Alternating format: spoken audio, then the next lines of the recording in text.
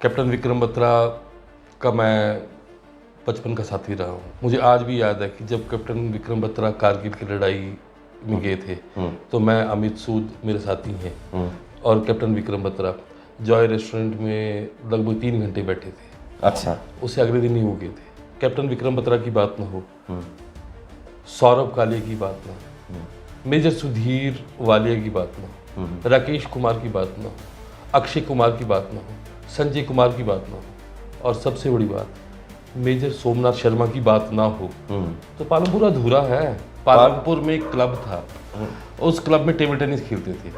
तो मैं, प्रणय नारंग, अमित सूद, विशाल बत्रा, विक्रम बत्रा, हम सब लोग रात 8-9 बजे तक खेलते थे। मैं 7वीं 8वीं की बात कर रहा हूँ मैं। रोचक, मनोरंजक और ज्ञानवर्धक कहानियों के प्लेटफॉर्म हिमाचल बिजनेस पर आपका स्वागत है।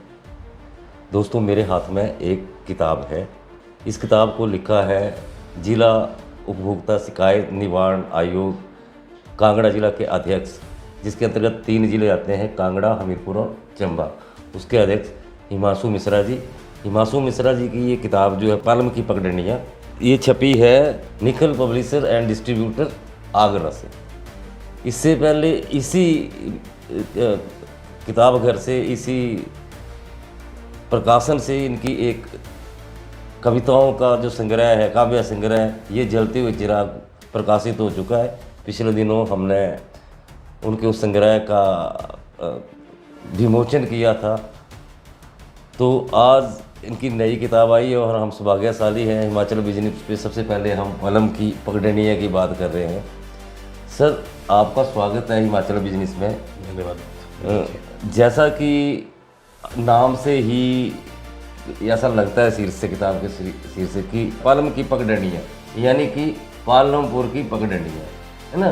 पालम को आपने पालमपुर को पालम के रूप में जोड़ा है और पालमपुर मतलब पानी का घर।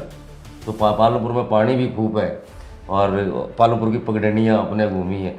तो आपको सबसे पहले तो ये बड़ी बड़ी बधाई कि आपकी एक और किताब आई है। जिस पेशे में आप हैं, जिस प्रोफेशन में आप हैं, उस प्रोफेशन में अधिकतर ऐसा देखा गया है कि निर्धारित जो ड्यूटी आवर्स है उसके बाद भी काम करना पड़ता है और ये एक बड़ा निर्णय लेने का काम, उनको लिखने का काम, एक बड़ा हेक्टिक शेड्यूल वाला काम होता है। इसके बावजूद भी आपका जो लेखन का काम है, सबसे पहले तो हम आपको इसलिए बधाई दे रहे हैं कि आपने जो अपने संस्मरण हैं, जो जिस क्षेत्र के आप रहने वाले हैं, उस क्षेत्र की बारीक से बारीक जानकारी को पाठकों के लिए उपलब्ध करवाया है। तो इसके लिए आप बधाई के पात्र। एक तरह से जो आपकी हेरिटेज है, चाहे वो कल्चरल हेरिटेज हो या चाहे और कई प्रसंग हो पालमपुर के, उनको दोबारा अपने किताब में बड़ी बारीकी के साथ और बड़ा एक तरह से रिसर्च करके किताब में लेके आए हैं। तो इसके लिए आप बधाई के पात्र हैं। धन्यवाद सर। मैंने इसमें देखा कि आपने 40 अध्याय इस पुस्तक के हैं। इसको हम संस्मरणों की किताब भी बोल सकते हैं, इसको एक तरह के एक निबंध भी हो सकते हैं, उस श्रेणी में भी ये किताब आती है। तो मुझे जो मैं इसमें देख रहा था, जो आपका इंडेक्स देख रहा था, तो मुझे इसमें जो सबसे रोचक लगा, जो चीज़ लगी है ना, वो मुझे चीज़ लगी आपकी सबसे बंदला बूंदों का घर। मैं थोड़ा सा ये आपसे जानना चाहता हूँ कि एक बंदला को लेके जो आपने एक बात कही है वैज्ञानिक आधार के साथ, तो हमें लगता है कि किसी समय में जब यूरोप का विज्ञान अभी बड़ी पीछे था, तो हमारा जो विज्ञान था वो बहुत आगे जा चुका हुआ था। हम साइंस के मामले में हम दूसरे देशों से कहीं आगे थे। चाहे वो जो कांगड़ा में आने वाले विज्ञान है, चाहे जो हमारी प्लास्टिक सर्जरी की बात कही हो 19वीं सदी में, तो इससे पहले यूरोप में, जब तक यूरोप में भी प्लास्टिक सर्जरी नहीं आई थी। और इसमें आप जब बंदला की बात करते हैं, तो बंदला हमें एक, आपको ये नहीं लगता है कि एक तरह की वो ऑब्जर्वेटरी थी किसानों की, या जो हमारी जो ग्रामीण एक तरह की शोधशालाएँ थी, तो बंदला उस चीज़ को रिप्रेजेंट करता था? बिल्कुल निश्चित तौर पर विनोद जी। बंदला, आप ला देखिए, शिप की ला, जोजी ला, ला मतलब दर्रा मतलब कि 2 पहाड़ों के बीच का रास्ता। आप पालमपुर की बनावट देखिएगा, बीच से न्यूगल नदी निकल रही है, दो पहाड़ों के बीच में, और पीछे विराट धौलाधर खड़ा हुआ है। इन 3 पहाड़ियों के साथ बीचों बीच न्यूक्लियर निकलती है। और बंद अपभ्रंश शब्द है, बूंद से बंद बना है। बूंद बदलता अपभ्रंश होता बंदला बन गया। और बंदला मतलब कि बारिश की बूंदों को लाने वाला दर्रा। अब आप देखिए, 2 प्रकार की मानसून आती हैं भारत में। एक दक्षिणी पश्चिमी मानसून है जो अरब सागर से चलकर हिमालय की ओर आती हैं, और दूसरी दक्षिणी पूर्वी मानसून है जो बंगाल की खाड़ी से उठती हैं और ये आती हैं। आप सब ध्यान दे देते हैं कि मई का महीना शुरू होता ही अखबारों में आना शुरू हो जाता है कि आज मानसून केरल पहुंची, आज मानसून तमिलनाडु पहुंची, आज पश्चिम बंगाल पहुंची। ठीक है, बिल्कुल। और वो पहुंचती हिमालय में आती हैं और फिर मानसून वापस चलने लग पड़ती हैं। और वापस जाते जाते ये लगभग अक्टूबर तक ये केरल के तट को फिर वापस छूट जाती है। ये मानसून गर्म हवाएं। और ये दोनों हवाएं जो चलती हैं मानसून की, दक्षिणी पूर्वी मानसून चलेगी। आप पूर्वी तट से चलते चलते मेघालय, चेरापूंजी, मौसिनराम, जो सबसे ज़्यादा जहाँ बारिश होती है, उससे निकलते निकलते बिहार, उत्तर प्रदेश से होते होते, उत्तराखंड से होते होते हिमाचल तक पहुँचती हैं। और दक्षिणी पश्चिमी मानसून केरल तट, गोवा, महाराष्ट्र, राजस्थान, पंजाब, गुजरात होते हुए फिर वो यहाँ पहुँचती हैं। और दोनों मानसून की ये जो मानसून है वो इकट्ठी होती हैं बंदला में आकर।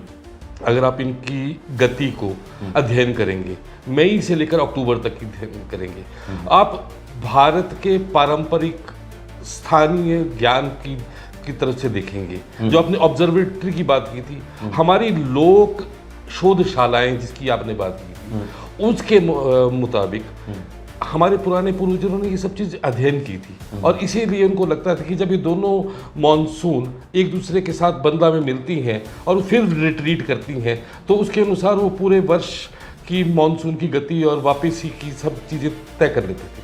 और अगर यहाँ पर कोई वेधशाला लगाई जाती है तो उसका अपना बहुत बड़ी उपयोगिता होगी, क्योंकि आपको कुछ वर्षों बाद इतना ज़बरदस्त डाटा आपके पास आ जाएगा कि मानसून की सही प्रेडिक्शन आप बंदला में बैठकर ही कर सकते हैं। ये जो परंपरागत स्थानीय ज्ञान आधारित विषय है, इसी के आधार पर ये नाम हमारे बुजुर्गों ने डाला होगा, बंदला, बारिश की बूंदों वाला दर्रा। और मैं ये बोलता हूँ कि ये अपने आप में एक बहुत जबरदस्त एक प्रयास हो सकता है जब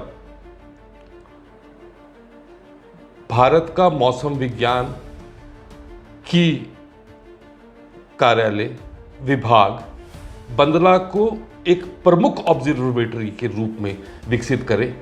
मैं बताऊंगा कि परंपरागत ज्ञान और आधुनिक विज्ञान आपस में मिलकर भारत के किसानों की खुशहाली की गाथा जरूर लिख देंगे।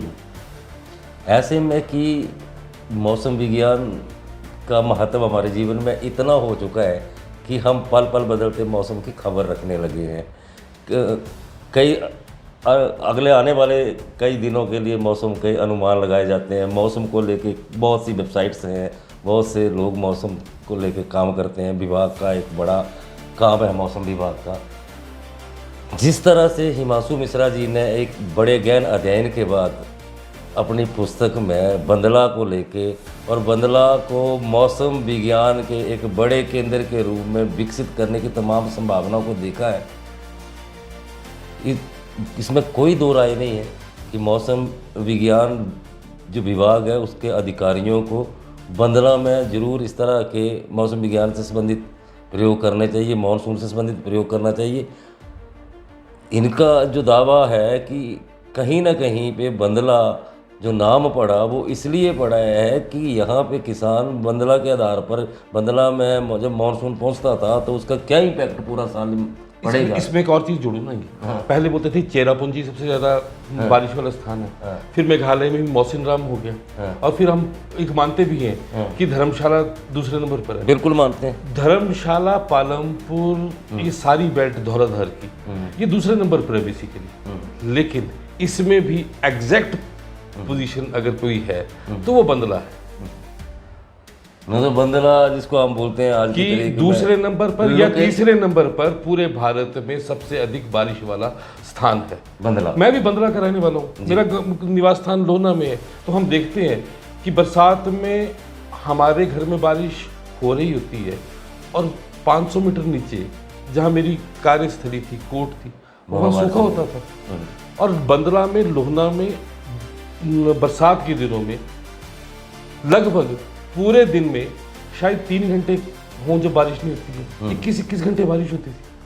तो मैं ये जो दावे कर रहा हूँ ये अपने एक्सपीरियंस, अपनी जो मैंने देखा है, जो मैंने परखा है और जो जनश्रुतियाँ हैं उसके आधार पर कर रहा हूँ। न्यायिक सेवा के एक अधिकारी के अध्ययन के बाद जिस तरह से बंदला को लेके इन्होंने बंदला को लेके ये बातें कही गई है मौसम से संबंधित, इसमें हम ये दावे के साथ कह सकते हैं कि बंदला में अगर मॉनसून से संबंधित जानकारियां हासिल करने के लिए कोई इस तरह की व्यवस्था बनाई जाए तो ये जो क्लाइमेट चेंज के दौर में जो पैटर्न बदल रहे हैं मौसम के, उनको समझने में आसानी हो सकती है। सर, ये तो थी बंदला की कहानी। आपकी इसी किताब में हम एक बड़ी जो रोचक कहानी देखते हैं और उस कहानी का जो नायक है अभी भी अनसंग हीरो की तरह रह गए वो। आपने इस किताब में एक अध्याय लिखा है रजेड़ गांव के ऊपर। तो रजेड़ गांव के ऊपर एक तो पहले तो आप ये बताओ कि रजेड़ गांव में क्या आपको जानकारी थी इस तरह की, या जब आप किताब लिखने लगे तभी आपको रजेड़ गांव के ये जो इसके साथ जो हम 1857 की क्रांति की बात करते हैं, है ना, और उस क्रांति में यहाँ से योगदान करने वाला, इस जनपद से योगदान करने वाला आदमी जो सरेआम जिसको फांसी दे दी गई, लेकिन हम आज की तारीख में जो नई पीढ़ी है उसको ना तो उस व्यक्तित्व के बारे में पता है, ना ही रजेड़ गांव के बारे में पता है। तो मैं आपसे ये जानना चाहता हूँ ये रजेड़ गांव की कहानी आपको कैसे इसकी जानकारी हुई, फिर आपने कैसे इसके तथ्य जुटाए? मुझे एक ध्यान था कि पंजाब पुलिस में इंस्पेक्टर जनरल रहे स्वर्गीय त्रिलोकचंद कटोच जी रजेड़ गांव के थे। और 1987 में आतंकवादियों ने चंडीगढ़ के सेक्टर 35 में स्वर्गीय त्रिलोकचंद कटोच जी की शहादत कर दी थी। वो शहीद हो गए थे। उनके पौत्र हैं, उनके भतीजे हैं श्री संजीव कटोच जी। इस समय धर्मशाला में प्रोसिक्यूशन डिपार्टमेंट में जॉइंट डायरेक्टर है। मैं स्वर्गीय त्रिलोकचंद जी की बारे में जानकारी लेने के लिए मैंने संजीव कटोच जी से बात की। मैं उनसे बात कर रहा था कि रजेड़ गांव में क्या हुआ। उन्होंने बोला कि पंजाब गजेटियर में और एक श्री केसी यादव जी ने पंजाब के शहीदों पर पुस्तक लिखी है। केसी यादव जी ने और उन्होंने 1857 के डिप्टी कमिश्नर टेलर की नोटबुक का हवाला दिया है। उस डिप्टी कमिश्नर ऑफ कांगड़ा नहीं, इस बारे में डिप्टी कमिश्नर ही जो मुझे जानकारी है, टेलर है उनका नाम, कि 1857 की क्रांति में कांगड़ा में भी फांसी हुई थी। तो मैंने पूछा क्या हुआ था। रजेड़ गांव के श्री वीरचंद कटोच इसी परिवार से थे। हुआ ये कि लैप्स की नीति के कारण कुल्लू के राजा को अपदस्थ कर दिया गया था। राजा जगत सिंह, ठाकुर प्रताप सिंह, ठीक है, वो कुल्लू छोड़कर कांगड़ा आ गए थे। ठीक है। उस समय पूरे देश में स्वतंत्रता संग्राम के लिए एक अलग जग चुकी थी। मेरठ से जो चिंगारी भड़की थी वो कांगड़ा तक भी आई थी। ठाकुर प्रताप सिंह जी ने वीरचंद जी को सेनापति बनाया। और उन्होंने सूरत राम जी को वजीर बनाया। और सेना को वजीर यानी प्रधानमंत्री। यस। और उनको सेना बनाकर अंग्रेजों के खिलाफ बिगुल फूंक दिया। मतलब कुल्लू के राजा ने कांगड़ा से बिगुल फूंक दिया। यस। लेकिन ठाकुर प्रताप सिंह जी और वीर सिंह जी ये धोखे से कब्जे में ले लिए गए, वीरचंद जी। और उसके बाद कांगड़ा में खुलेआम ठाकुर प्रताप जी को और वीरचंद जी को फांसी दी गई थी। ओके। सूरत राम जी और 8 लोगों को 8-8 साल का कारावास दिया गया था। तो ये कहानी अनसंग हीरो जो आपने बताए ना, हमारे हिमाचल से शहीद हैं। शायद कुछ अकादमिक किताबों में इनका वर्णन हिमाचल में भी है, रजेड़ का वर्णन भी है, लेकिन बच्चे बच्चे की जुबान में भी होना चाहिए ना। हमारे पाठ्यक्रम में हो जाता तो अच्छा था। मतलब उनके अभी अभी आप ने जब हम बार बात कर रहे थे आपसे इस इंटरव्यू से पहले, तो आपने एक बात कही थी कि अब वो जो वीरचंद कटोच है उनका जो यादगार है उसको परिवार की तरफ से उसको जी एक मॉन्यूमेंट बनाने की जी है ना, उन्होंने कुछ प्रयास किए हैं। मॉन्यूमेंट अब बनाया भी है। और अभी जब भारत सरकार ने भी ये जो 75 वर्ष आज़ादी के कार्यक्रम हुए थे, तो इस गांव से मिट्टी लेकर भी ली थी। तो इस कुल मिलाकर अब इसकी पहचान बनने लगी है। पर मुझे लगता है कि बच्चे बच्चे की जुबान पर उनका नाम अवश्य होना चाहिए।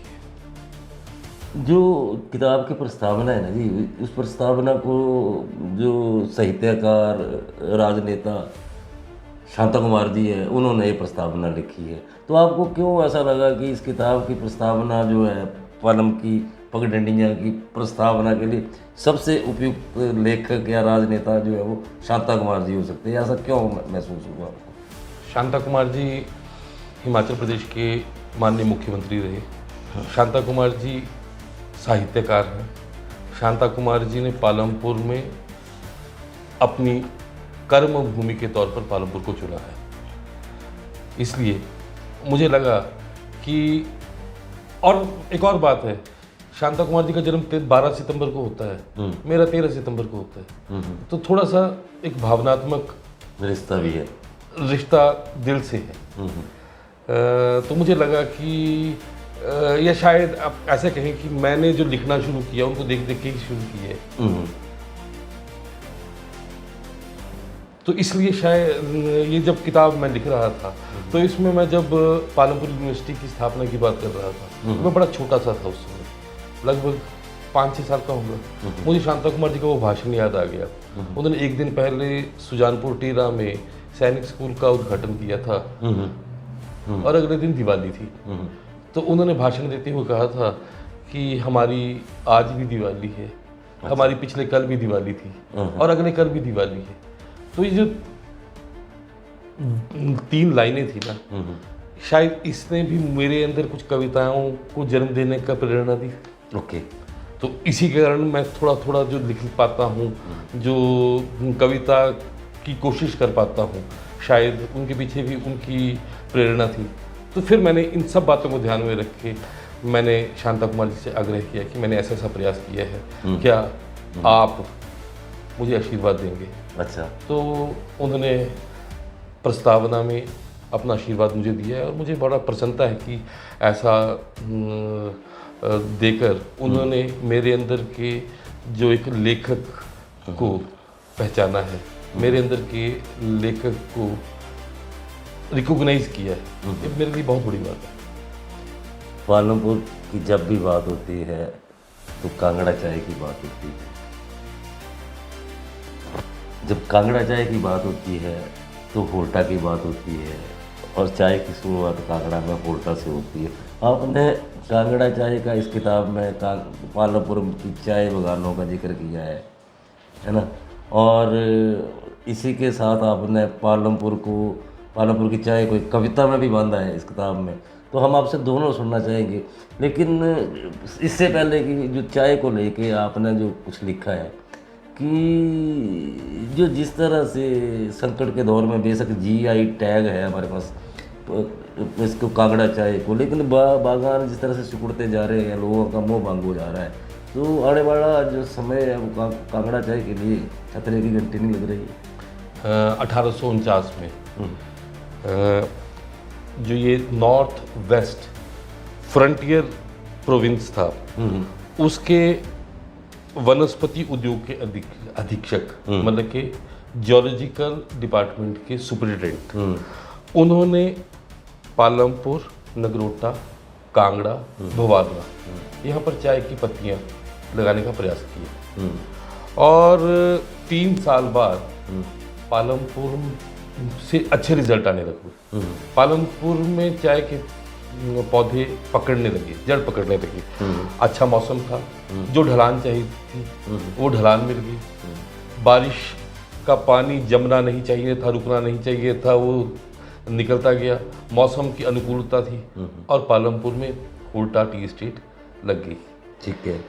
लगभग 19 चाय के बागान बने। 10,000 एकड़ भूमि में चाय की खेती शुरू हुई। बागवानी होती थी। 1,000 टन तक चाय का उत्पादन होता था। ठीक है। हम भी चाय बागान, चाय उत्पादक परिवारों से थे। ठीक है। इसमें मैंने लिखा हुआ है, हम मौलीचक बंड बिहार में हमारी बहार टी एस्टेट होती थी। कौन क्या टी से? बहार टी एस्टेट। बहार tea estate. Okay okay. Afghanistan तक चाय जाती थी। ठीक है। कलकत्ता तक चाय जाती थी। है? ये सब चीज़ें इसमें लिखी हुई है। मुझे आज भी याद है जब शांता कुमार जी मुख्यमंत्री थे, इसमें लिखा हुआ है कि 4 कांगड़ा की चायों का लोकार्पण हुआ था। बागेश्वरी, बहार, मल्हार, एक नाम और था, वो मुझसे किताब में लिखा है पर अभी छूट रहा है। ओके। तो ये चाय की स्थिति थी। लेकिन लेबर का कारण, स्किल्ड लेबर, खर्चे, नई टेक्नोलॉजी को अंगीकार न करना, इसके कारण कुछ दिक्कतें आई हैं। परिवार छोटे होते गए, लैंड होल्डिंग छोटी होती गई। जो बड़ा चाय बागान था तो उसके साथ जो उत्पादकता थी वो भी बड़ी थी। लेकिन जब परिवार बढ़ते गए तो थोड़ा थोड़ा होता गया, उसके कारण भी नुकसान हुआ। ऐसी कई कमियां हैं। लेकिन पालमपुर में अभी भी Wah tea estate, Bandra tea estate, Raipur tea estate, ऐसी कई टी एस्टेट्स हैं। रायपुर टी एस्टेट के राजीव सूद जी ने जो प्रयोग किए हैं, हबिस्कस, मुलट्ठी और दालचीनी की चाय के साथ ऐसे चाय की ब्लेंडिंग की, वो फिर से अच्छा प्रयास कर रहे हैं। लेकिन कुल मिलाकर इस पुस्तक में आपको चाय के बारे में काफ़ी रोचक चीज़ें मिलेंगी। ओके। जो चाय के बारे में आपने कविता की बात की है, मेरे पास रेडी है यहाँ पे, आप किताब बदल सकते हैं यहीं से। बस कविता का मैंने शीर्षक दिया है, तुम और एक कली दो पत्तियाँ। तुम और एक कली दो पत्तियाँ। एक कली दो पत्ती। ओके। चाय की चुस्की के साथ बादलों को चाय के बगीचे में झूमते, गरजते, बरसते देख रहा हूँ। वहीं दूर एक कोने में ऊंचे ऊंचे दरख्तों की ओट में भीगी सी तुम पूछ रही हो चाय की कोपलों से उनकी खूबसूरती का राज। तभी बारिश में नहाई चाय की एक कोमल सी कली यूं ही तुमसे ही पूछ बैठी तुम्हारी ही खूबसूरती का राज। धीरे से, होले से तुमने कहा था सूरत, सीरत, अदब, सलीका, चरित्र, नजाकत, अदावत, संयम, सम्मान और अनुशासन, इन सब का जोड़ ही है खूबसूरती। देखने वाली की नजरों में है खूबसूरती। तुम्हारा चाय से संवाद अब रोमांचक हो उठा था। चाय बागान में इतरा रही थी तुम और एक कली दो पत्तियां। बारिश की बूंदों में हरियाली ओढ़े शर्मा रही थी तुम और एक कली दो पत्तियां। एक दूसरे को सराह रही थी तुम और एक कली दो पत्तियां। प्रकृति के रंग में घुल मिलकर बारिश में भीगी खूबसूरत लग रही थी तुम, एक कली और दो पत्तियां। बहुत खूब, बहुत खूब। हिमांशु भाई, हम जब जिला मुख्यालय धर्मशाला से पालमपुर की ओर चलना शुरू होते हैं तो पालमपुर शुरू होता है डाट से, है ना।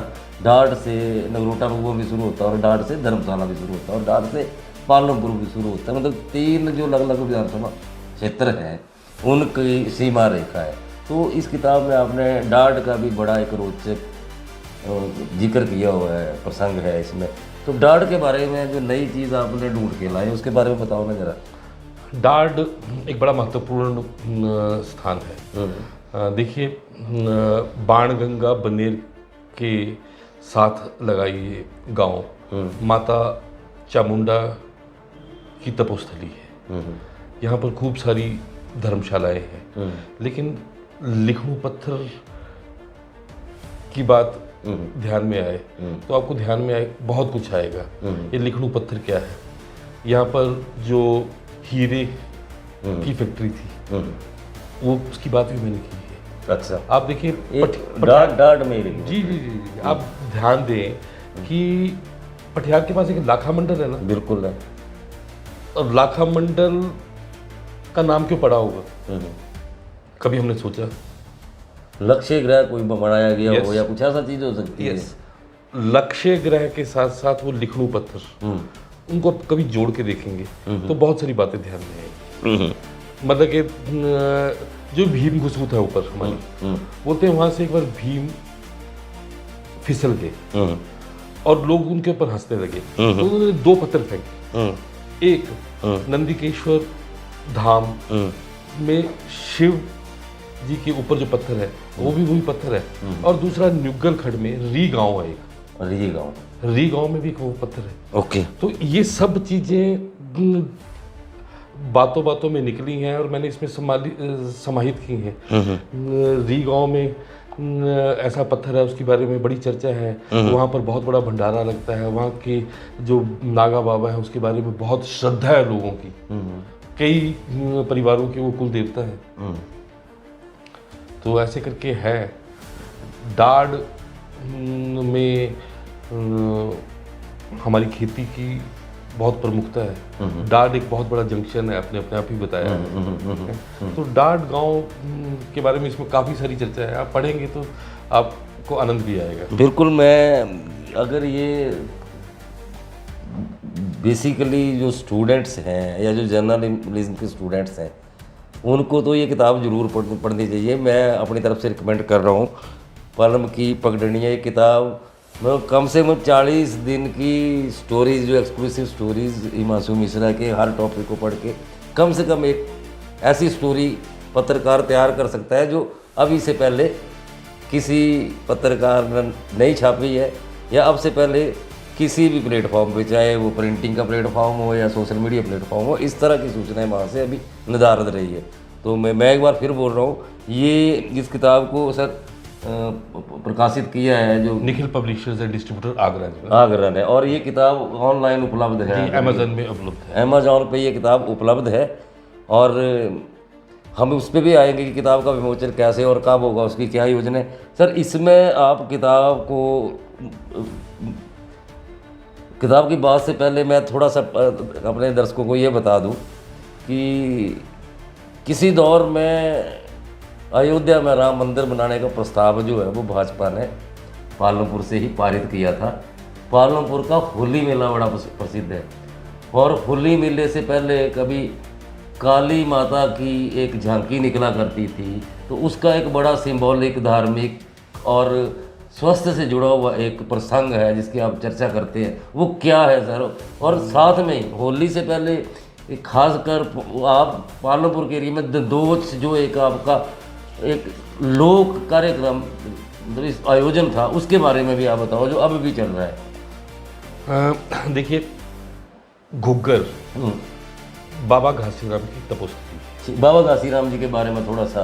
बाबा घासीराम तपस्वी थे, घुग्गर में उनकी कुटिया थी, ठीक है, अखंड धूना लगाते थे, लोगों की अपार श्रद्धा थी, ठीक है।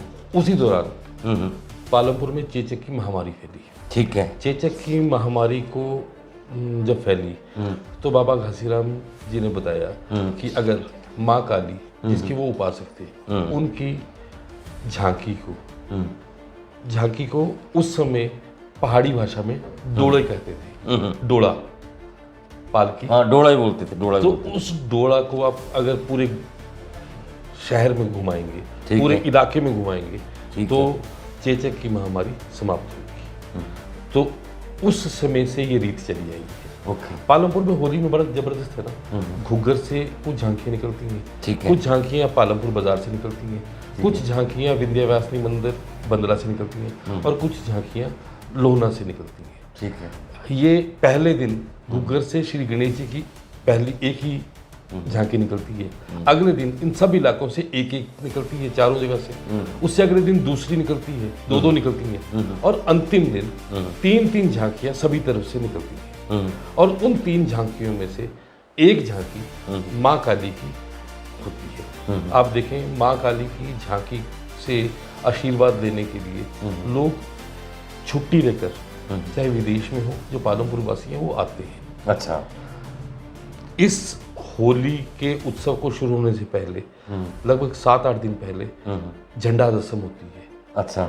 जो नवविवाहित होते हैं, जो उनके बच्चे हुए होते हैं, वो माता काली के मंदिर घुग्गर में जाके झंडा चढ़ाते हैं। ठीक है। और उसके बाद होली के एक दिन पहले पालमपुर की महिलाएं, मतलब कि होली पूर्णमासी को होती है, तो 14वीं तिथि को दंदोज पूजन का कार्यक्रम होता है।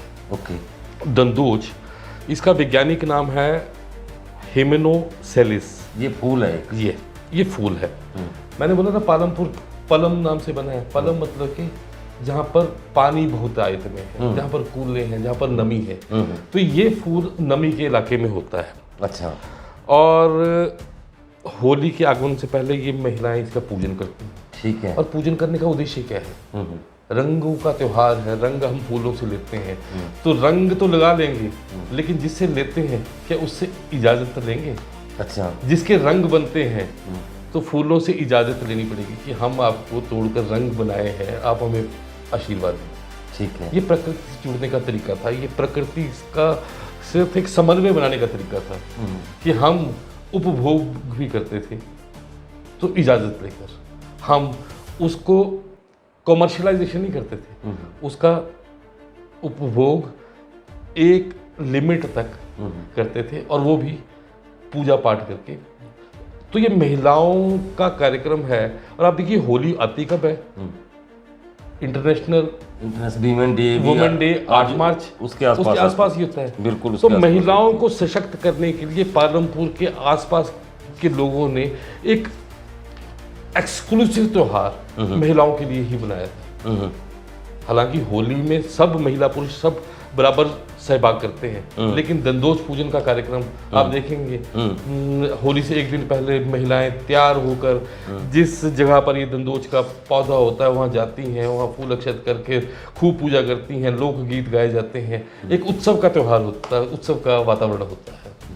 ये आप मैं पढ़ रहा था, मैंने देखा कि जो राख गांव है आपका पालमपुर, उसको भी आपने कहीं एक शिव से जोड़ के देखा है। तो क्या आप जब इसका अध्ययन कर रहे थे या इस पर रिसर्च कर रहे थे तो उस राख को लेके क्या आपका क्या? राख मेरी माताजी की नौकरी लगी। अच्छा। तो नौकरी का पहला स्टेशन था अपर राख। अच्छा। वही मणि महेश मंदिर भी है। अच्छा। अपर राख में अब तो बस जाती है, अब तो गाड़ी जाती है, कार जाती है। उस समय कोई साधन नहीं था, पैदल ही जाते तो वो रोज सुबह 5 किलोमीटर नगरी से पैदल जाते थे, 5 किलोमीटर नगरी से वापस आते थे। अच्छा। तो इसलिए राख के साथ एक बड़ा भावनात्मक सा रिश्ता है। अच्छा। और वो भी अपर राख के साथ। अच्छा। तो वहाँ जो मणि महेश मंदिर है, ये मणि महेश मंदिर और कैलाश पर्वत का मणि महेश मंदिर चंबा में जो स्थित है, वो एक सीध में है। एक सीध में है। अच्छा। ये कैसे, इसको क्या लॉजिक? मैं आपको बता रहा हूँ, किसी जमाने में राख के कोई जो निवासी थे वो हर वर्ष पैदल इस जगह से संधार जोत से मणिमहेश जाते थे। अच्छा। भोलेनाथ की अगाध श्रद्धा थी, वो बुजुर्ग हो गए, मणिमहेश जा नहीं सके। राधा अष्टमी के दिन बॉडी में स्नान करते हुए भोलेनाथ से क्षमा मांग रहे थे। अच्छा। और तभी उनके हाथ में एक चौमुखी शिवलिंग आ जाता है। अच्छा। उनको विश्वास हो जाता है कि मणि महेश बाबा शिव जी ने उनकी प्रार्थना स्वीकार कर दी। अच्छा। और उनको स्वप्न में आदेश देती हैं कि मणि महेश जो ना पहुंच सके वो यही अपना मस्तक न उभा सके, तो यहाँ पर मंदिर का निर्माण करें। और उसके बाद यह मंदिर का निर्माण हो गया। अच्छा। तो मतलब कि मणि महेश का अल्टरनेटिव मंदिर। अच्छा। अल्टरनेटिव तो नहीं बोल सकते, पर जो नहीं जा सकते हैं उनके लिए, प्रतिकृति जो नहीं जा सकते हैं उनके लिए यहाँ पे स्नान, मतलब यहाँ के स्नान को मणि में स्नान के बराबर। आप कभी गूगल मैप में ना लाइन खींचिएगा, मणि महेश से ये मणि महेश और मणि महेश से पालमपुर घुग्गर का नाला मंदिर। ठीक है। नाला मंदिर में के बारे में भी ऐसी कहावत है। एक बार एक भक्त मणि महेश में स्नान करने गए और उनकी मुंदरी गूंग गई। ठीक है। कुछ वर्ष बाद वो पालमपुर के घुग्गर नाला मंदिर में जो छिरुड़ू है उसमें स्नान कर रहे थे, तो वो मुंदरी वहाँ उनको नहाते हुए वहाँ मिल गई। अच्छा। आप देखिए जो ये सीरें हैं ना हमारी, जल धाराएं हैं, कहाँ से चलती है कहाँ तक जाती है, जो हमारे एक्विफर्स हैं, इनको अध्ययन करिए। मणिमहेश से धौलाधार के पार मणिमहेश राख गांव और पालमपुर का नाला मंदिर, और पालमपुर के नाला मंदिर का जो छिरुड़ू है उसमें पानी की मात्रा आपको मालूम है 1 मिनट में कितना पानी आता है? लगभग 1 मिनट में 10 लीटर तक पानी आता है। अच्छा जी, बरसातों में और भी बढ़ जाता है। तो ये सब प्रसंग इसमें है। अच्छा, मोटे मोटे आपने जो पालमपुर का जो एरिया है ज्योग्राफिकली, उसमें कितनी खड्डे हैं या नाले या नदियाँ कौन कौन सी बहती हैं, ये भी आपने जी जी जी, जी। आप देखिए पालमपुर बनेर से शुरू हो जाओ आप। हाँ, बनेर है, लिंगटी खड्ड है। लिंगटी खड्ड में जो मिनरल्स है, जो लिंगटी खड्ड की रेत का रंग है, ग्रे रंग है, आप देखिएगा गोड़ुआ मिट्टी जिसको हम बोलते थे पहले, जिससे लिपाई पुताई घरों में रंग किया जाता था। देखिए लिंगटी के बाद न्यूगल आ गई, न्यूगल के बाद भिरल खड्ड आ गई, भिरल खड्ड के बाद मोड़ खड्ड आ गई, मोड़ खड्ड के बाद आवा खड्ड आ गई। और आवा खड्ड निकली कहाँ से? ये सप्तचली से निकली। सप्तचली कहाँ है? पहाड़ों की ओट में। अच्छा। धौलाधार के बिल्कुल बीच में। आप किताब पढ़िएगा, ये सब रहस्य आपके साथ साझा होते जाएंगे। सर, जब आप पालमपुर की बात करते हैं ना, तो पालमपुर को हम एक तरह से रिसर्च सेंटर के रूप में देखते हैं कांगड़ा के, चाहे वो कृषि विश्वविद्यालय है, विश्वविद्यालय है, CSIR जो केंद्र का एक बड़ा संस्थान है यहाँ पे। इसके अलावा और कई संस्थान हैं यहाँ पे, BMRT का एक बड़ा संस्थान वहाँ पे है।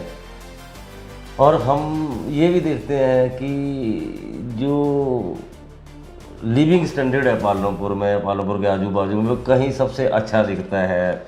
जो दूर दूर के लोग पालमपुर या इस एरिया में रहना पसंद करते हैं।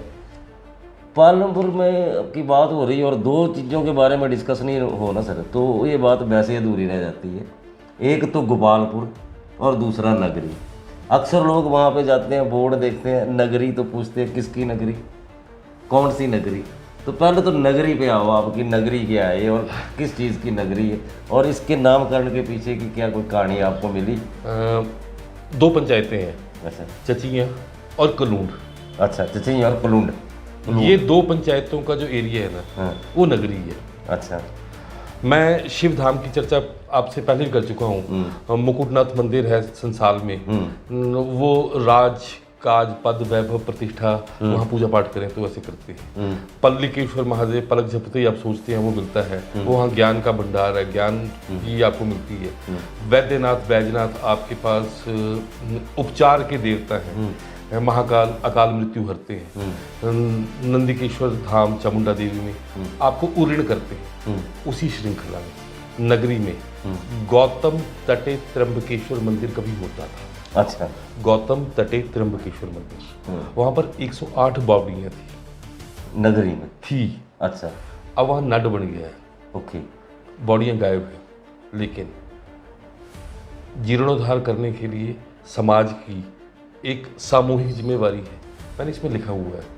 नहीं तो ये नगरी जो 108 बावड़ियों की आप बात कर रहे हैं ना, इसका कोई रेफरेंस है आपके पास? ये जनश्रुति भी है और नगरी के पुराने लोगों में जो पंडित हैं, जो उनके पास आज भी मालूम है। उन्होंने मुझे मैं वो जो नड था वो देखने भी गया।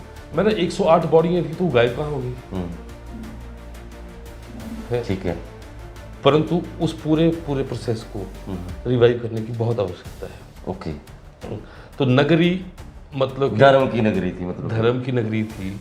नगरी एक ऐसा स्थान था जो राख, बल्ला, रजेड़, रसेड़, नीचे लाहला, हंगलो, आरट, इन सब का एक व्यापार सेंटर पॉइंट। ओके। तो ये नगरी थी, व्यापारिक नगरी, ये धार्मिक नगरी, ये जीवंत शहर। आपने और ये जो भरथरी शमशान घाट है ना, और जो भुजला नदी है, वैतरणी नदी है। भुजला नदी का बार बार जिक्र आता है, उसके बारे में क्या?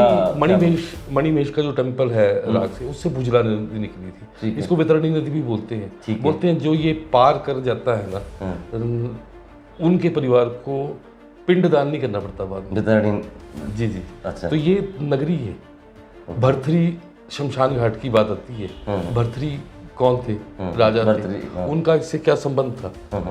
काफ़ी कुछ इसमें है और काफ़ी कुछ शोध करने की जरूरत तो है। दोस्तों, मैं कुरेदने की कोशिश करता रहा हिमांशु मिश्रा जी को, चूँकि एक लेखक ने बड़ी शिद्दत के साथ मेहनत करके, रिसर्च करके अपना काम मुकम्मल किया होता है। हम इस दौर में हैं जहाँ पे हिंदी के पाठक जो हैं वो कम होने लगे हैं, या हिंदी के पाठक किताबें नहीं खरीद रहे हैं। मैं एक बार फिर से इस किताब को आप लोगों को रिकमेंड करना चाहता हूँ कि ये जो दौलादार की नई बिहार की तरह का जो कंटेंट है इस किताब में, आप ज़रूर पढ़ें इस किताब को। आपको पालमपुर को समझने का, परखने का, और पालमपुर में कई ऐसी विशेषताएं हैं जिनके बारे में आप नहीं जानते हैं, तो आपको इस किताब से मिलेंगी। सर, पालमपुर की जब भी बात होती है तो सैनिकों की बात ज़रूर होती है, तो आपकी किताब में सैनिकों के बारे में भी लिखा गया है? निश्चित तौर पर कैप्टन विक्रम बत्रा का मैं बचपन का साथी रहा हूँ। अच्छा। मुझे आज भी याद है कि जब कैप्टन विक्रम बत्रा कारगिल की लड़ाई में गए थे, तो मैं, अमित सूद मेरे साथी हैं, और captain Vikram Batra Joy restaurant में लगभग 3 घंटे बैठे थे। अच्छा। उससे अगले दिन ही हो गए थे। तो कैप्टन विक्रम बत्रा की बात ना हो, सौरभ कालिया की बात ना हो, मेजर सुधीर वालिया की बात ना हो, राकेश कुमार की बात ना हो, अक्षय कुमार की बात ना हो, संजय कुमार की बात ना हो, और सबसे बड़ी बात, मेजर सोमनाथ शर्मा की बात ना हो, तो पालमपुर अधूरा है। तो जाहिर सी बात है, जितने भी यहाँ के जो हमारे जो यहाँ की वीर भूमि हम हिमाचल को बोलते हैं, तो यहाँ के जो सैनिकों का भारतीय सेना में जो योगदान है, खासकर जिन्होंने एक नई नज़ीर पेश की है, हमारे जो युवा थे, जिनको शेरशाह के नाम से भी आर्मी में बोला जाता था, और जिनके नाम पे स्लोगन मशहूर हुआ था, ये दिल मांगे मोर, विक्रम बत्रा जी की ज़मीन है ये। पहला परमवीर चक्र जो है पालमपुर के एक सैनिक को मिलता है, तो ये बड़ी बात है, बड़े प्रसंग हैं। पालमपुर में एक क्लब था, उस क्लब में टेबल टेनिस खेलते थे। तो मैं, प्रणय नारंग, अमित सूद, विशाल बत्रा, विक्रम बत्रा, हम सब लोग रात 8-9 बजे तक खेलते थे। मैं 7वीं 8वीं की बात कर रहा हूँ मैं। तो उसमें की शरारतें मैं इसमें लिखी नहीं है, परंतु जो शरारतें हैं कभी उसके बारे में भी लिखेंगे। हमने बचपन में जो कुछ जिया है। पर एक बात मैं थोड़ा सा करना चाहता हूँ। जब विक्रम बत्रा जी का शहादत हुई थी, उनका पार्थिव देह आया, तो आर्मी की गाड़ी में मुझे भी जगह दी गई। ओके। और मैंने एक स्लोगन लिखा था, अब तो अमर तिरंगा लेकर रावलपिंडी जाने दो, अब तो रणचंडी को खुलकर अपना जौहर दिखलाने दो। एक बार फिर बोलिए आप। अब तो अमर तिरंगा लेकर रावलपिंडी जाने दो, अब तो रणचंडी को खुलकर अपना जौहर दिखलाने दो।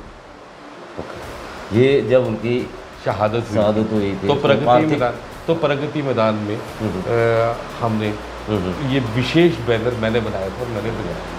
आपने इस किताब में पालमपुर जो बाजार है उसको भी बड़ी शिद्दत से देखा है, जिया है, महसूस किया है।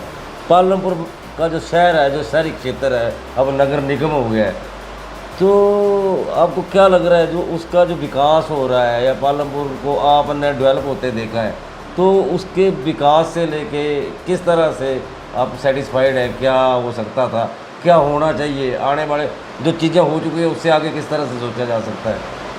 पालमपुर को बदलते हुए मैंने देखा है, पुराने बस स्टैंड से लेकर नए बस स्टैंड तक, तिब्बती मार्केट, लामा मार्केट से लेकर SDM के रूट तक बदलते रास्तों को। सेंट पॉल स्कूल में मैं पढ़ा हूँ, चांद पब्लिक स्कूल में मैं पढ़ा हूँ, ठीक है। तो चांद पब्लिक स्कूल की जिस बिल्डिंग में पढ़ता था, वहाँ सरोवर पोर्टिको होटल बन गया है। अच्छा है। सेंट पॉल स्कूल में हम खेलते थे, जो मुझसे एक पीढ़ी पहले थी। आपको मालूम है होटल टिबट में हॉकी का मैदान होता था। जहाँ होटल टी वर्ड है। हाँ, अच्छा वहाँ पालमपुर के सेंट पॉल स्कूल का हॉकी का मैदान था, अच्छा। और वहाँ हॉकी की नर्सरी से बड़े अच्छे प्लेयर निकले हैं। हम्म। तो बदलाव बहुत सारे आए, लेकिन पालमपुर ने मौलिकता को खोया है। मैं इसमें पालमपुर को दोष नहीं दूंगा। आधुनिकता की शायद रिक्वायरमेंट होगी कि हमने उस ओर चले गए, लेकिन जहाँ आज पालमपुर क्लब है, पालमपुर की पार्किंग है, वहाँ पर वन निगम का लकड़ी का डिपो होता था। उससे जब धौलाधार को देखते थे, देवदार के पेड़ों के बीच से जब देखते थे, तो जो धौलाधार दिखती थी वो आज थोड़ी छुप सी गई है। हम गोपालपुर की बात बीच में रह गए थे। गोपालपुर के बारे में भी कोई प्रसंग है? जी, गोपालपुर के बारे में बहुत बड़ा प्रसंग है। गोपालपुर आपको अपने आप ही लग जाएगा कि नाम से हाँ, कि गोपाल ये पशुओं को पालने वाला। पशुओं को पालने वालों का पुर। हाँ, तो जब यहाँ गोपालपुर में शांता कुमार जी के समय में प्रकृति चेतना केंद्र खोलने की बात आई, अच्छा। तो एक विषय आ गया कि जी यहाँ पर तो शेर आएगा और शेर दहाड़ेगा और गायें तो दूध देना बंद कर देंगी। अच्छा, ये कौन से समय की बात है सर? ये जब शांता कुमार जी मुख्यमंत्री थी, 1991 1992 की बात है। अच्छा है तो ऐसी अफवाहें भी आई, तो ये सब चीज़ें उसमें आई हैं। लेकिन आज आप गोपालपुर में देखेंगे एक बहुत बड़ा पर्यटन का स्थल बना है। बिल्कुल बना है। बहुत अच्छे अच्छे रेस्टोरेंट, बहुत अच्छे अच्छे होटल्स बने हैं। काफ़ी सारे लोग अपनी आजीविका वहाँ से कमा रहे हैं। आप देखेंगे तो उसमें गोपालपुर में जो प्रकृति चेतना केंद्र के बाद जिस प्रकार से एक कंप्लीट चेंज आई है, वो सामने दिखेगी आपको। एक गोपालपुर, फिर बिंद्रावन, ये क्या बिंद्रावन को लेके क्या है? एक बिंद्रावन से जब हम गुजरते हैं उस हार से, तो एक अलग से अनुभूति। आप चिंबलहार जब जाते हैं हाँ। तो मैंने इसमें लिखा है ना, तो जो एक गाना है, गाना जो है वो आपको मैं बताता हूँ। मैंने बस चिंबलहार का जो आप अगर जिक्र करें ना, तो बस ऐसा ही लगता है कि तपस्वियों सी है अटल ये पर्वतों की चोटियाँ, ये बर्फ की घुमावदार, ये घेरदार घाटियाँ, ध्वजा से ये खड़े हुए हैं वृक्ष देवदार के, गलीचे ये गुलाब के, बगीचे ये बहार के, ये किस कवि की कल्पना, ये किस कवि कल्पना का चमत्कार है, ये कौन चित्रकार है, ये कौन चित्रकार है। चिंबलहार को तो किसी चित्रकार ने ही बनाया है। मतलब इतना खूबसूरत वादी है। जी जी है ना। तो मुझे लगता है कि मैंने बहुत कुछ अपने दर्शकों के लिए आपकी किताब से निकाल के दे दिया है। लेकिन मैं मेरी जो मंशा है वो ये है कि इस किताब के प्रति जो पाठक है उनमें जिज्ञासा पैदा और ज़्यादा से ज़्यादा लोगों तक ये किताब आए। और मैं ये भी चाहूँगा कि कम से कम जो जिला की लाइब्रेरियाँ हैं, प्रतिष्ठित लाइब्रेरियाँ हैं, या जिला के स्कूलों की लाइब्रेरियाँ हैं, जो यहाँ पे जो शिक्षा दे रहे हैं, जो अच्छे स्कूल हैं, ब्रांडेड स्कूल हैं, उनको ये किताब अपनी लाइब्रेरी में ज़रूर रखनी चाहिए, ताकि उनके स्टूडेंट्स को पालमपुर के बारे में महीन से महीन जानकारी मिल सके। हिमांशु भाई, बहुत कुछ हमने किताब को लेके बातें कर ली, है ना। अब हम चाहते हैं इस किताब में आपने 2-3 कविताएं भी अपनी जो है वो लिखी है। हम शुरुआत करेंगे पालमपुर से, जो पालमपुर आपकी एक कविता है जो इसमें प्रकाशित हुई है आपकी इस किताब में। तो पालमपुर कविता शुरू करो सर। पालमपुर कहूँ तो श्वेत धवल धौलाधार, ऊंचे लंबे देवदार, बरखा बहार, हल्की फुहार, निर्मल सी धार, चाय का श्रृंगार, धान के हार, कृषि का प्रसार, विज्ञान का आधार, उत्कृष्ट व्यापार, सौंदर्य अपार। पालमपुर छूं तो मंत्रमुग्ध कराती यहाँ की सदाएं, ठंडी हवाएं, महकी फिजाएं, काली घटाएं, कुहलों की साएं साएं, सुकून की आहें, दरख्तों के साए। पालमपुर अनुभूति है तो चीड़ के जंगल, होली के दंगल, मेले के मंगल, संस्कृति के संबल। क्या बात। पालमपुर समझू तो अद्भुत सा स्पंदन, करुणा का कंचन, प्रकृति का वंदन, विक्रम से नंदन, शौर्य का चंदन, अभिनंदन अभिनंदन अभिनंदन। बहुत खूब। अणपण पंडे पुड़कदे दिखे, कने अनमस टंडे बुड़कदे दिखे, कने कुछ थे कालू अटिया बैठी, चढ़े जी तुड़कदे दिखे। तो ये कालू की हट्टी के बारे वगैरह च भी है कोई जिक्र है? नहीं, कालू की हट्टी असल में क्या हुआ था ना, मैंने जो पालमपुर को घूमा ना, वो पालमपुर विधानसभा को घूमा। ओके।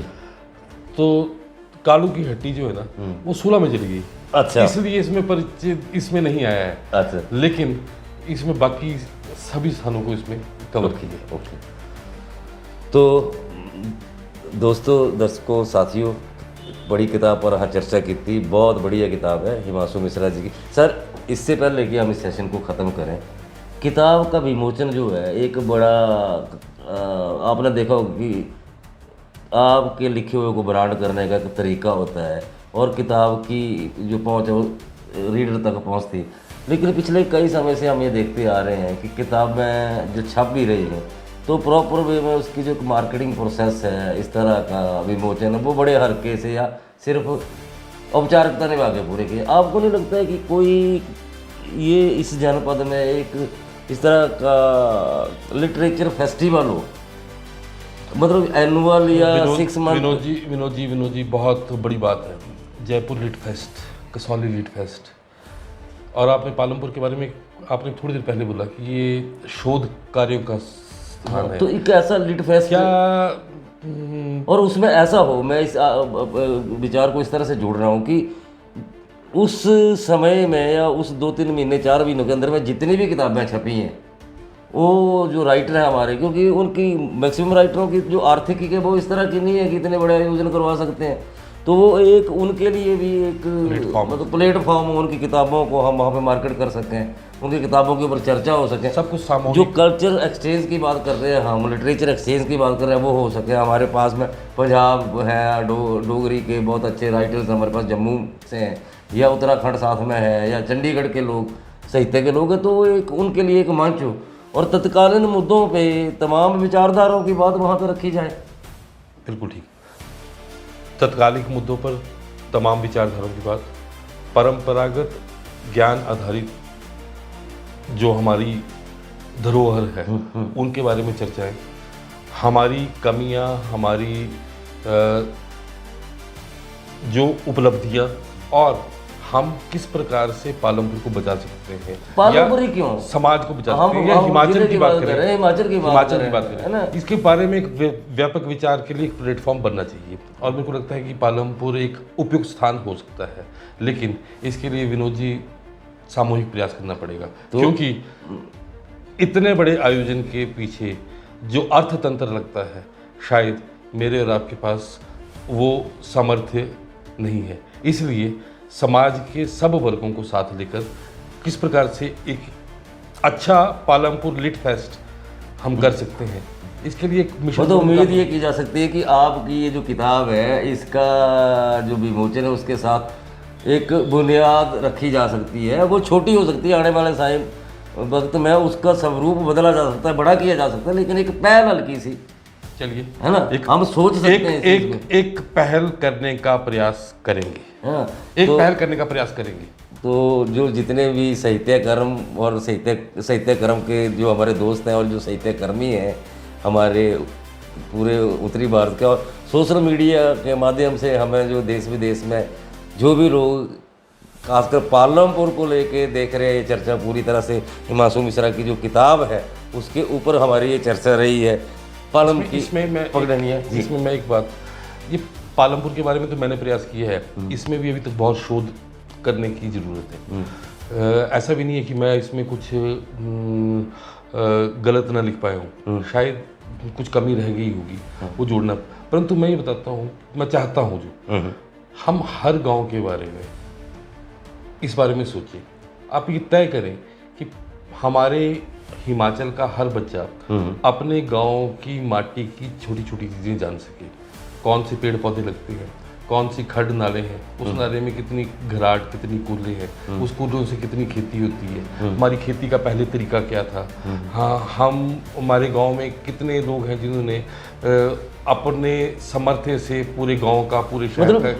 हिमांशु जी, आपका बोलने का मतलब है ये एक तरफ से तो बच्चों को मिट्टी से जोड़ेगी, दूसरा जो ग्रामीण स्तर पर माइक्रो प्लानिंग की बात है डेवलपमेंट के लिए, कहाँ पे क्या है, कितनी वनस्पति है, कहाँ पे नदी है, कहाँ पे पानी का प्रबंध है, कहाँ पत्थर है, कहाँ मिनरल है, तो उसके कहाँ चेक डैम लगाना है, कहाँ पर वृक्षारोपण करना है। हमें वृक्षारोपण हर बार करते हैं, वृक्ष बचते कितने हैं। जब हम गांव की मैपिंग करेंगे, गांव में ट्रांजिट वॉक करेंगे और गांव में ऐसी चीज़ें निकाल कर लाएंगे तो वो स्थान भी निकलेगा ना जी। हमें बड़ा सोचना पड़ेगा, हमें मिट्टी से जुड़ना पड़ेगा। सब लोगों को अपने अपने पलम की पगडंडियाँ चढ़नी चाहिए और चढ़ने के बाद उसके बारे में लिखना चाहिए। न्यायिक सेवा से जुड़े हिमांशु मिश्रा ने पालमपुर की सफ़र करते हुए, पालमपुर की पगडंडियाँ चढ़ते उतरते हुए अपने लेखन के साथ कितना न्याय किया है, ये तो साथियों आप ही तय करेंगे, लेकिन आप भी तब तय कर पाएंगे जब इस किताब को पढ़ेंगे। आप सर हमारे स्टूडियो में आए, हमने बात की, आपका बहुत बहुत धन्यवाद। बहुत बहुत धन्यवाद विनोद जी। और मुझे भी इस चर्चा का मज़ा आया, क्योंकि जब मैंने लिखा था उसके बाद ये कोरोना काल में लिखी थी ना जी, और कोरोना काल में अपने आप को व्यस्त रखने के लिए लिखी थी, लेकिन ये किताब का रूप ले लेगी ऐसे मैंने सोचा नहीं था। लेकिन इन विषयों पर इतनी सार्थक चर्चा शायद आज पहली बार हुई है। चलिए चर्चा और जारी इस रहेगी। चर्चा को मैं ये प्रारंभ मानता हूँ, कभी इसमें और भी आयाम जोड़ेंगे। हर प्लेटफॉर्म पे इस कब तक इसमें जो सबसे बड़ी अच्छी बात ये है कि जितना माइक्रो लेवल पे आप गांव पे गए हैं, जो लेखन आज के तरीके में हो रहा है, वो बंद कमरों में बैठ के जो लेखन हो रहा है उसमें वो मिठास नहीं मिल रही है। कि आपने जहाँ पे लिखा है कि दाईं तरफ कुल है, इस तरफ पेड़ लगा हुआ है, तो ये मतलब आपका भोगा हुआ है, आपका देखा हुआ जगह है। आप सिर्फ परिलोक में नहीं गए हैं, परिकल्पना में चीज़ें नहीं लिखी हैं, आप वहाँ पे गए हैं, आपने उनको देखा है। आपने अगर आपके पालमपुर के इलाकों के नाम है तो उनको समझने की कोशिश की है कि किसी का नाम क्यों पड़ा है, उनको जानने की कोशिश की है। जो आपके रेफरेंस है, रिलीजनल धार्मिक रेफरेंसेस हैं, है ना, वो उनको समझने की कोशिश की है। पालमपुर से जुड़ी हुई जो चीज़ें हैं, चाहे वो समुदाय की बात हो, है, चाहे स्थानों की बात हो, उनकी सारी बात आपने की है। फिर भी चूँकि शोध किसी स्थान का शोध कई एंगल से किया जाता है, इतिहास के हिसाब से, वनस्पति के हिसाब से, तो ये एक लंबा विषय है और ये किताब एक बड़ा छोटा सा प्रयास है, बहुत छोटा सा प्रयास। लेकिन ये प्रयास बहुत सुखद प्रयास है, बहुत ईमानदार प्रयास है। मैं ये बोल रहा हूँ, ऐसी परंपरा होनी चाहिए, इस तरह की किताबें लिखी जानी चाहिए जो आप जिस पर्यटन राज्य की बात कर रहे हैं, है ना, उसके लोग हैं, तो आपके बारे में जो लोग इस तरह के जो क्वालिटी टूरिस्ट की हम बात कर रहे हैं, तो ऐसे जो क्वालिटी टूरिस्ट हैं इन बातों को चाहते हैं, ऐसी इन्फॉर्मेशन चाहते हैं, ऐसा जो वर्जन कंटेंट है वो चाहते हैं। बहुत अच्छा है, आपको बहुत बहुत साधुवाद। आप और मैं आपकी किताब का गिफ्ट में जिसको सबसे पहले मिली है वो हिमाचल में इसको मिली, इसलिए आपका बहुत बहुत धन्यवाद। जल्दी आप विमोचन के कार्यक्रम में, इस किताब के विमोचन के कार्यक्रम में मिलेंगे सर। बहुत बहुत धन्यवाद। धन्यवाद जी। Thank you sir, thank you.